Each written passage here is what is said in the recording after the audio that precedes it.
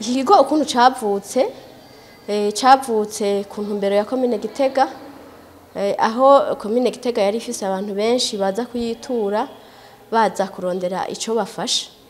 Komine Gitega ica yiyumvira yuko ahubwo abo bakenyezi toguma ibaha ibibafasha ku munsi ahubwo yobigisha ukuntu bitunganiriza imigambi bonyene. Aho hari nko mu 2019 hama muri abo bakenyezi turabashira ahantu turatanga, turabigisha bashira muri sale, turabigisha ukuntu batunganya imigambi, turabigisha akamaro ko gukorera hamwe gushika naho abo bakenyezi tubashira muri koperative. Ubu twatanganye koperative imwe mugabo dushitse ku makoperative 21 muraza kuziraba mwabonye aho zafishije haje ukuntu zitonda imisi zitonda tubakirirako. Zirimwe abakenyezi bashika hafi 800 no musi batonda ngaha aye kuva ku wa mbere gushika ku wa gatanu.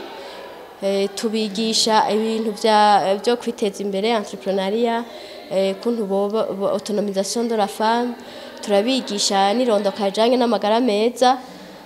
Ngaho turafise abakozi badufasha kubigisha iterambere, entrepreneuria, autonomisation, kubigisha ukuntu kuziganya no kugurana. Hama kandi ca tubigisha n'ibijanye nirondoka namujanye n'amagara meza. Muratse ko ryagutse cyane, turafise umutekinicien medical asanzwe aico ajejwe ngaha mu kigo.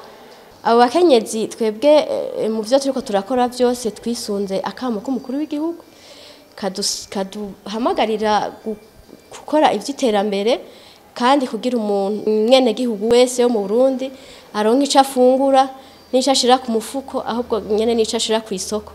Niho rero ibi bikorwa turiko turabikora tuja muri aho kamo, kandi dushika kuri ya ntumbero 2040 ntitwashatse kuguma ku gisati kimwe, kuko abakenyezi bacu ntibakora iby'imyuga gusa, bararima, barorora. Muri iyo ntumbero nyene aramaze kubaha inkwavu, aramaze kubaha ingurube, natwe turi kukivuga tubafashe nabo bazoshike ico gihe, kandi n'ubu turamaze kubibona kuko nk'ikoperative twatanguranye no musi irafise ikonte mu banki y'abakenyezi. Hama muri iyo koperative komine Gitega icashiramo uburyo, irabigisha gushona no kudesa, kujisha, irabazanira abigisha amezi 3. Hama amezi 3 aheze turabona ko tobarungika ahubwo twobagumana, ca tubashira hajya kwigo c'ugwaruka c'Igitega, abariho bakorera barahakorera imisi. Mugabo kubera komine isanzwe iri mwishira hamwe rihurikiyemwo bisagara bivuga ikirumi gifaransa, Association Internationale des Mères Francophones, isanzwe ifasha komine Gitega. Hama twari tuko turakora n'umugambi wa planning familial uheze, ca turatanga ubundi mugambi ukurikiriyo ufasha abakenyezi kwiteza imbere. Uwo mugambi turafatwa mu mugongo n'iryo shira hamwe Association Internationale des Mères Francophones, maze basha bararonka n'uburyo bwa Union Européenne. Niho rero twatanga kuko twari dusanzwe dukorera mu kigo c'ugwaruka c'Igitega, twabona intambanyi nyamukuru ari kuronka aho dukorera. Ca turaronka rero iki kigo citwa Centre de Développement Intégré pour les Femmes.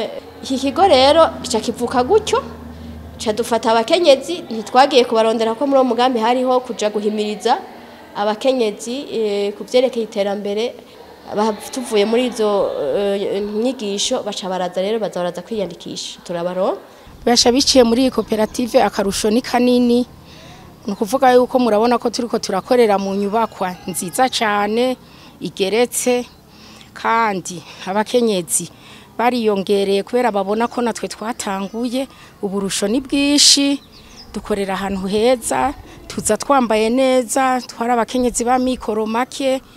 Hanyuma aho twegeranirijwe ngaha kuri kino kigo, nikuvuga yuko tuza dukaravye, dukoze ibintu biragugwa, kandi twarigishijwe ibintu bitari bike. Twarigishijwe ivyo kubana n'abandi neza, turigishwa ivy'imyuga, barongereza kuyo twari tuzi, turiga n'iyindi myuga ishobora kuduteza imbere. Ubu turashobora no gushora no hanze.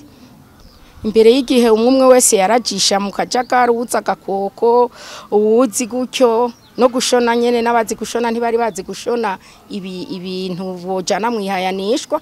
Ariko ubu turashobora gushora natwe mwihayanishwa nk'abandi twajisha ibisanzwe bijya bigarukiraho inkoko ishobora kugura mugenzawe umukeka nsanzwe ndumujishi w'ibirago vy'imikeka umukeka ushobora kugura mugenzawe mugabo twagiye turigishwa duhinyanyura bazana bigisha abahinyanyuzi gushika hamwe natwe tugiye muri ryahayanishwa ryabo hanze natwe tutoshobora kuba banyuma.